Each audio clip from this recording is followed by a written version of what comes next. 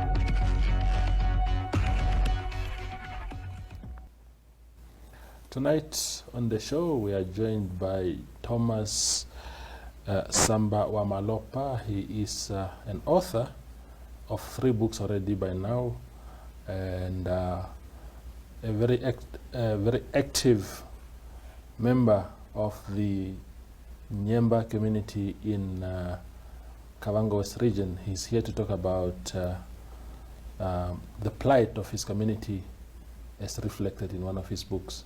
Thomas, welcome to the show. Many thanks, Mr. Toivo. Yeah. I'm honored. Indeed. No, we are honored also to have you here. Tell us about, maybe in not so many words, just your career as an author so far. What are the things that you talk about briefly before you go into other things? Oh, thank you so much. I am a beginner, even though I have published 3 books all at the same time. Yeah. But the idea was for me to publish at least 5 of them. If it wasn't for finance, even though it's not an excuse, I was going to publish 3 of them. I was determined. But then, so far I managed to publish 3. The first one is based on marriage. I've written about marriage from a perspective of somebody that is not married. And I always say I'm not married according to the system. Why? Because when I did a research on the marriage vow exclusively, I discovered that, pardon me, I call it a human gate of discrimination. Why that? Because the society misinterpreted it as to say it was constituted by God, or it was written by God, if we take it in the biblical canon. Yeah. But in actual fact, it was a human idea, just like I've written a book. So what we fear, especially the people that wishes to get married, is that we are afraid to make a vow towards God. Instead of, while in actual fact, we were supposed to make a vow towards human, because it was a human idea. Now, because of that fear, we failed to engage in marriages. And in addition to that, also, the marriage vow, pardon me, but the bride price, it's also misinterpreted as well, where you find that most of the parents ask for more when they wish to, give their daughters into marriage. And at the end of the day, women are suffering violence. Why? Because it becomes a threat once they do not perform according to the required standard that a husband expects to see in them. So that's the first one. And I think maybe to show it will also be a good, yeah. This is the one for marriage. Yeah. And then followed by Ngongo. It's actually an honor. I gave it a name of my late grandfather, who was a village foreman, or headman, should I say. So this is an orphan. This boy then learned 3 lessons from his grandmother. And those lessons are: 1, when you see things with your eyes and you are not told to tell them to others, you should not tell it. And the second one is that the good place is not a place for you to stay. And then lastly, is that whenever you are called for food, you should not refuse it. So those are the lessons that the boy learned. And then in the process, when he was adopted by the king, he saved the king's life while in the palace, and then the king, crowned him as the successor. And then lastly, this is now the one that I wish to talk about, which is now Tears for the Event, Not Loneliness.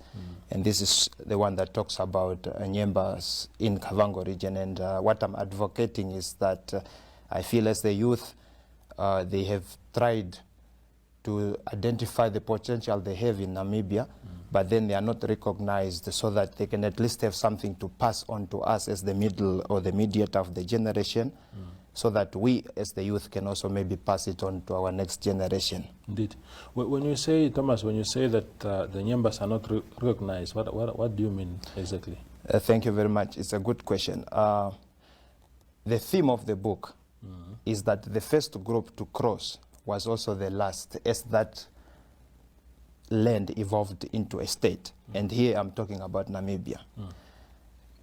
Oral speaking, I'm informed that we through colonialism, somehow emerged from either Congo or Angola, even though we are believed to be from Angola.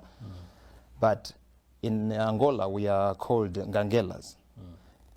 And it was actually a name that was given by the Portuguese to us.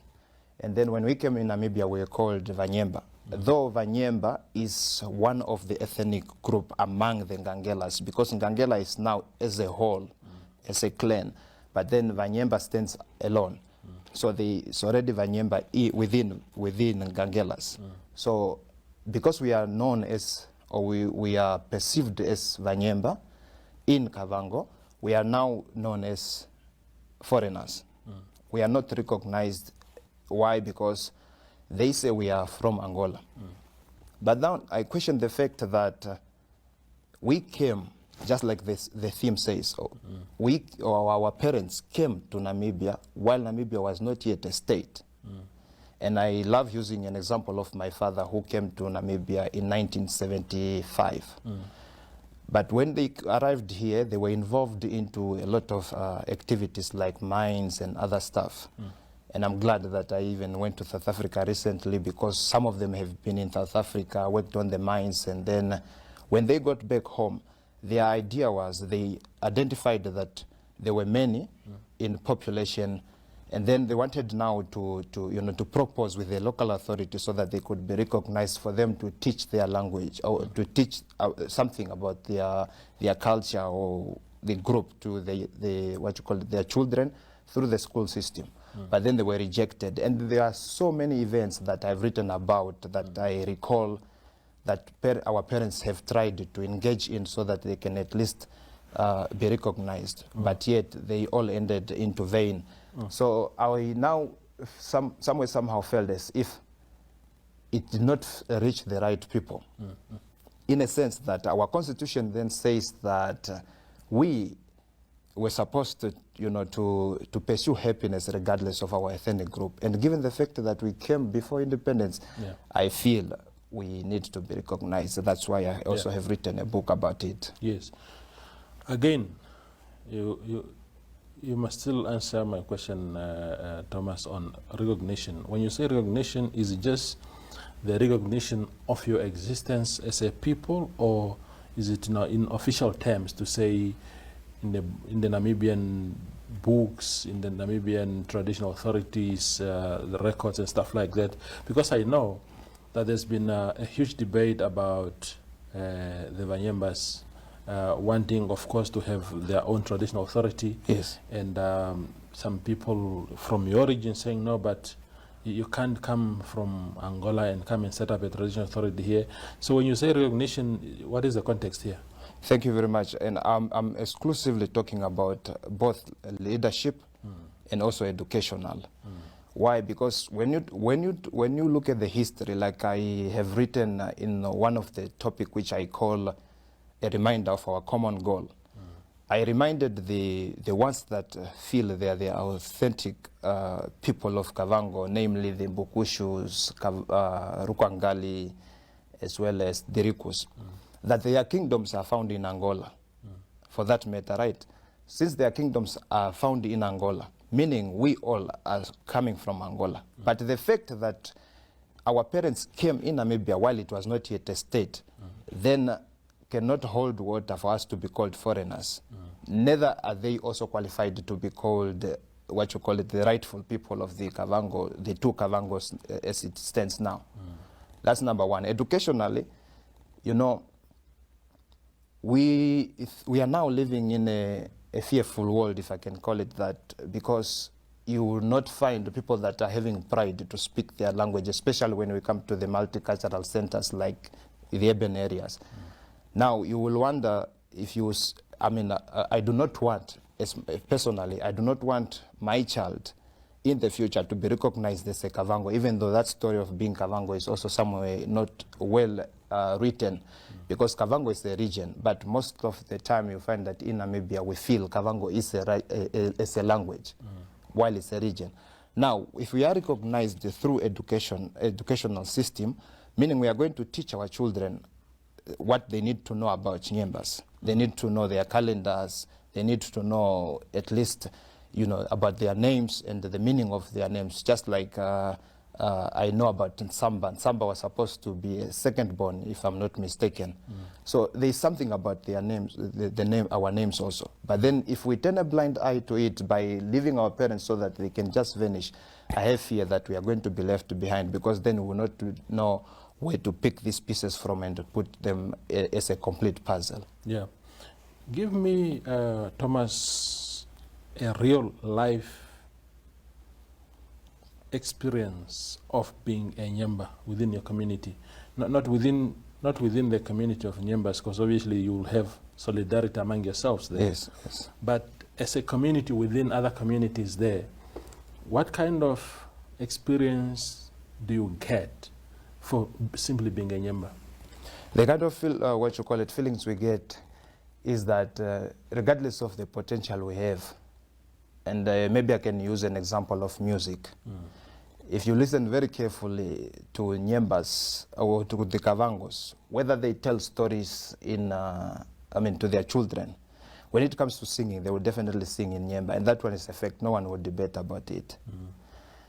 But still, you know, when we want to express ourselves especially in media platforms, there is this sense of belonging where a Nyemba feels they are not welcomed or they are not free to speak in their languages.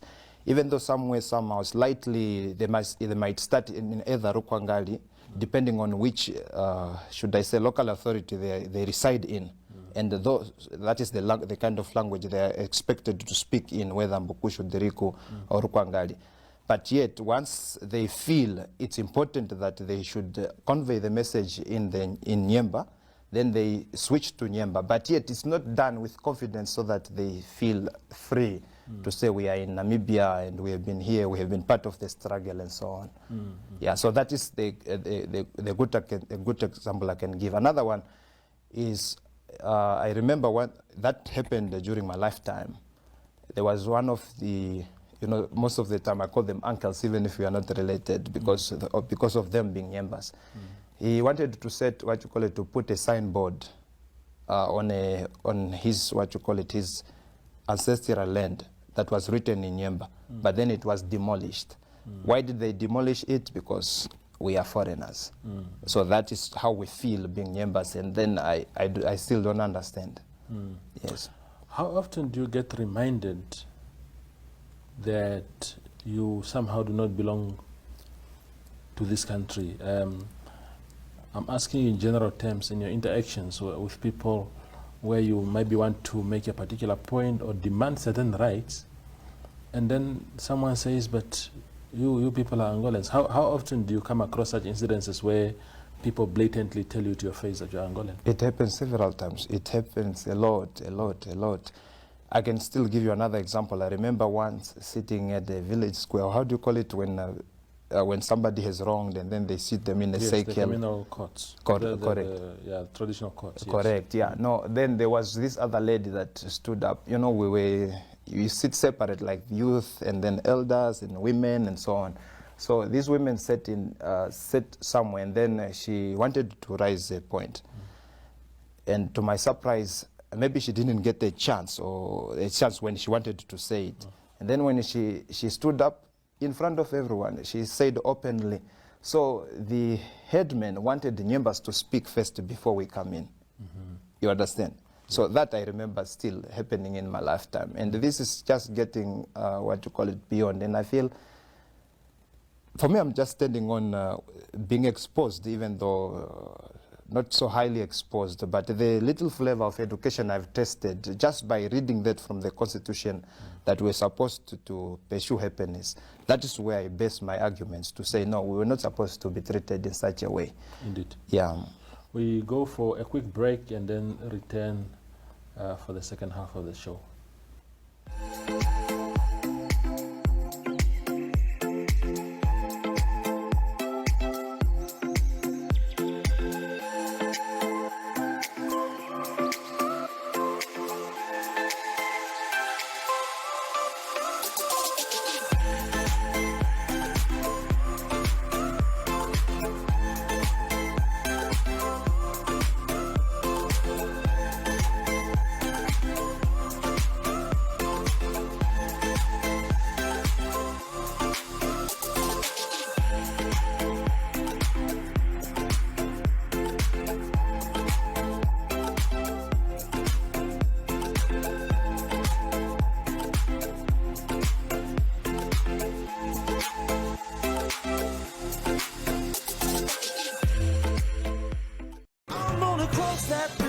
Jordan, yes I am. I'm gonna leave my heart wide open. Yes I am. Let me tell you, baby, yes I am. Yes I am. Oh baby, yes I am. Yes I am. Yeah, baby, yes I am. Yes I am.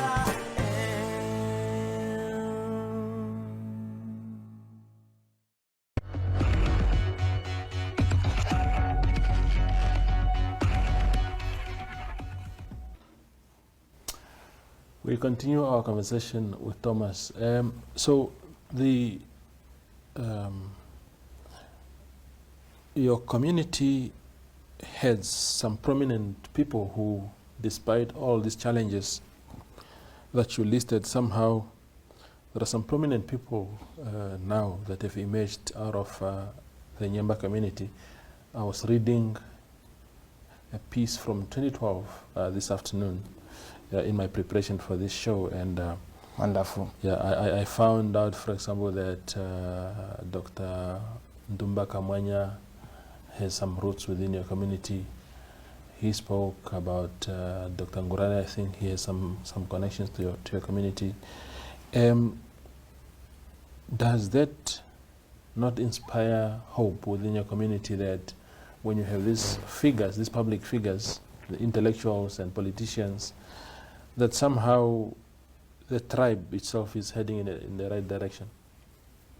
Thank you very much. It's good that you haven't mentioned about it, and I know that I've noted it down. Why? Because there is now, I can't remember in which topic does it fall, but I said I agree with the statement that says education is the greatest equalizer. And to some extent, even if we are to be rejected, or even if we are rejected, but when it comes to education now, it will definitely not discriminate us. One way or the other, if I study to be a presenter, definitely I'm going to rub shoulders with other presenters on a national level.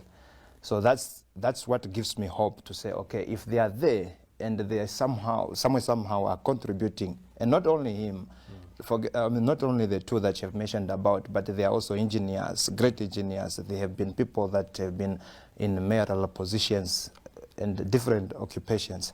And when I read about the recent elections that happened for the councillors in our respective communities, just by reading their names, I can already tell that this one is a Nyemba as well. So this is what gives me confidence and say we are heading there.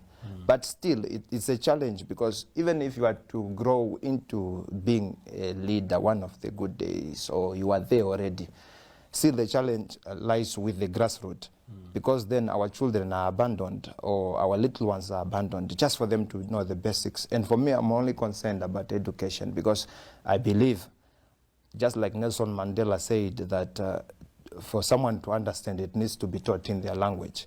So this is the only way we can master mathematics or any other subjects. First of all, I need to debate with my mind or interpret it within my language. And for me to become an author as well, whatever it is that I have used here, first of all, I had to program it in my own language. Then the Nyemba language was just a matter of translation. But still, I regret the fact that I was not able to, write it in my language, because I was not taught that in school. So that is the problem that we are sitting with. Yeah. Tell me about the hierarchy of your community. As a matter of fact, tell me first, where do the Nyembas live? Where are they found in Namibia? Oh yeah, it's a wonderful question. They live almost everywhere in the two Kavangos, and also to some extent in Zambezi region, and also they are also found in Zambia. In Zambia, they are called what are they? Vamwila. No, sorry, not Vamwila, but Vambunda. Vambunda, and to some extent also they are given another title, which is Vavuiko, if I'm not mistaken. And some of them are even in South Africa as well. And you should understand that this distribution of Nyembas was not actually done with their consent, but just like any of the Africans, somehow found themselves in foreign lands without their consent, and it's all attributed to colonialism. Yeah, but then to answer the question, they are everywhere in Kavango, or the two Kavangos, but then they are limited now. It's like they need to subdue, to sit under a certain crown, which is now either they fall under the Diriku community, and then they, to some extent, in the first topic, which I call the sense of belonging and the missing years, they were manipulated in the sense that they need to be submissive, so that they can at least study or speak in Rukwangali or any other languages, for them to find accommodation, or to be well with their rivals, if I can use that term. Yeah, but that is where they reside. So once you find them in the Diriku community, they speak Diriku, in Kavango and so on, just like that. Yeah. I'm asking this question, Thomas, because with all other tribes in our country, Yes. almost every other tribe, I am Mbaja from Okalongo. So once you mention Okalongo, Yeah. somebody immediately says, "Oh, so you're Mbaja," meaning there's a place that we call home. Nice. So that's why I was asking if there is also a place that the Nyembas can call home, to say, if you say you are from a particular area, I can immediately tell that you are Nyemba. Yeah. Or you are really just like you said, that you don't really have a place where you say this is some sort of Nyemba place. Nice one. Now this brings me to a point of reminding you about their origin place that they discovered yet. I mean, because of them being foreigners, were then taken away. Yeah. One of them is, of course, my village, which is Kachinakachi. It was changed to Kachinakachi, but then it was a Nyembas village. They pioneered that because, mind you, they were good craftsmen and carpenters and so on, farmers as well. So that land was good. So they named it Kasinakazi. Kasinakazi means an old lady or an old woman. But when the others came, who are now the rightful owners of Kavango, they changed that name to Kachinakachi. Somehow now, I think it's in Rukwangali to say it's a middle. You understand? Instead of Kasinakazi. It sounds the same, but they twisted it. And then we come to another village that is next to Kachinakachi. It was supposed to be Mayongola. And that Mayongola means it's a free will. Why was it a free will? Because during that time there was no basic, basic needs like water and so on. So it was just an undiscovered forest. Because of their struggle with their animals, the Nyemba decided then to name it Mayongola. It's like it was a free will for someone to decide to live there. And then when the Congolese came again, they changed that to be Mpora, which is peace. So this would have been the specific villages that one could mention, and then people would be able to tell that, okay, you are a Nyemba, but then we do not have any. I see. Does that not then make it extremely difficult for your community to have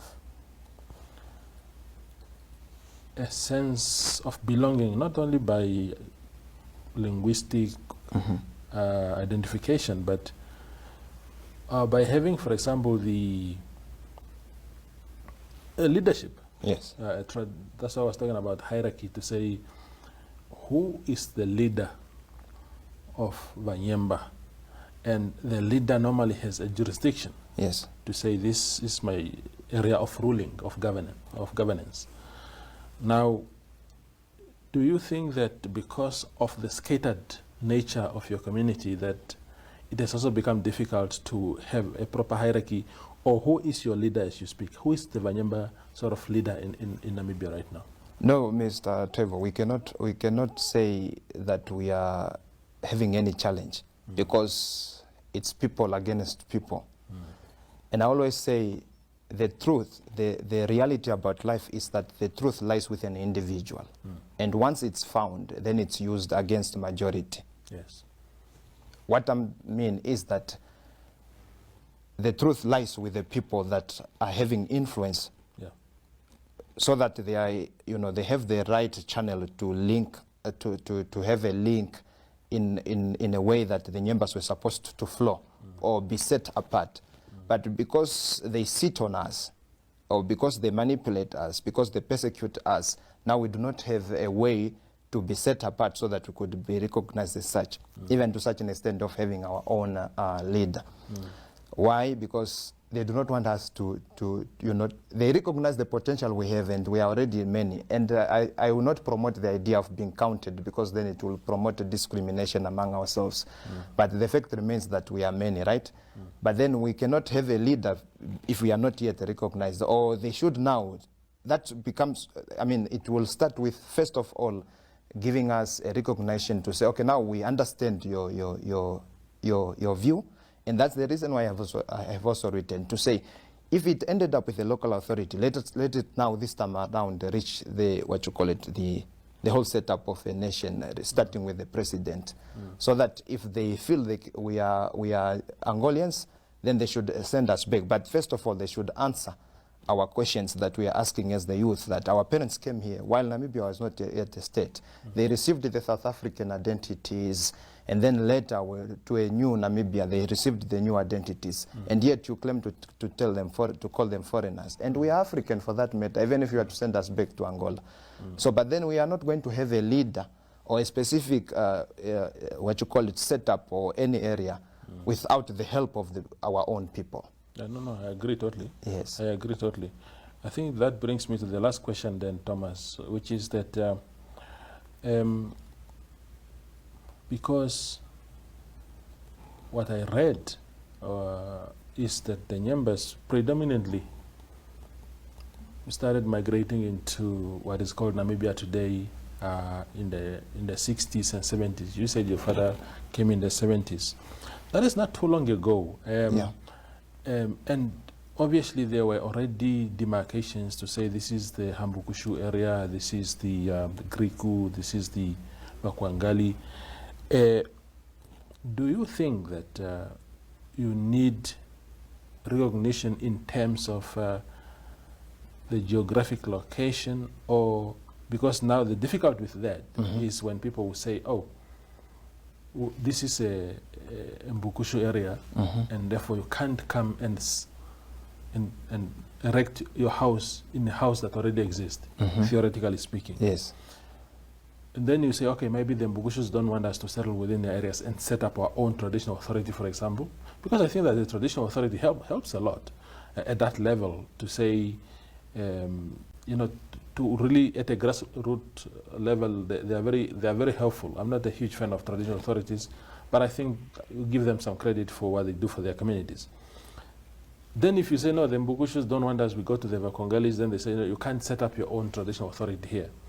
That becomes very tricky, but is it now to say, because of that reality, because even in Kachina Kaji today, I'm sure it falls under some of the existing traditional authorities already today. Maybe the Kwangalis, I'm not sure. Yes, we are in a Mbunza, I suppose. Yeah. Mbunza. Yeah. Yeah, exactly. Now, that presents your community with a bit of a tricky situation. So, under these circumstances, what is the best way forward? Is it to say, look, we don't really care about traditional authorities and what, but at least accord us our rightful place in this country as fully fledged citizens of this country? Correct. Because all of us, at the end of the day, we migrated here. All of us, not only the Nyembas. That's right. Everybody, we seem to have come from the Great Lakes region, and we migrated here. Just because we did not arrive at the same time Yes. with the Vanyembas doesn't mean then that the Vanyembas become less important. So, in not so many words, because of time, Wonderful. what is it that you can tell us? What is the way forward now for your community? What is it that you as young people of the Vanyemba want to see going forward? I understand. Maybe I can assess your answer by asking you a question. Yes. Why is Angolan government doing it the right way? What do I mean by that? Remember in the introduction I said both of their, their kingdoms are found in Angola. Mbongi and Diriko, that's how they call it, in a proper way of saying it, like our parents used to say it. It's a town of Diriko. It's found in Angola. Fort Kwangar is also found in Angola. And then the government of Angola, what they did was they recognized all of them, including the Kwanyamas for that matter. Yes, and my people. Thank you very much. my The badges, yeah. Thembas as well, which are partly Hereros, right? They are all recognized. And when you follow their media, when it comes to news, they report it in all their languages, starting with Mbukushu, Diriku, and Rukwangali, and so on. This is the Angolan government we are talking about. But when it comes to us, it's impossible. And I don't think it's impossible at all. We can find a way to solve that. And believe me, it's not a coincidence that God made us to be Nyembas. And I will not sit down for someone to tell me that I should either say camp so that I become a Kwangali. No, I'm a Nyemba, okay? Yeah. So that is actually what I'm advocating, in peace, not with anger or anything. And I believe this is a message, and as I said, above all, I've written it to the two governments, namely the government of Angola and then the government of Namibia. And if it reaches Zambia to some extent, because some Nyembas are also in Zambia or South Africa, then they should also read it and identify the Nyembas. And that is my main objective for this book. Indeed. Thomas, thank you very much for coming to the show tonight. We appreciate your time. My gratitude, Mr. Toivo. Sure, indeed. That is Thomas Sampa Wamalopa. He's an author, and he is a member of the Vanyemba community in the Tukabango regions, agitating for better accommodation of his people and greater rights as far as their existence in the country is concerned. Thank you for watching, and good night.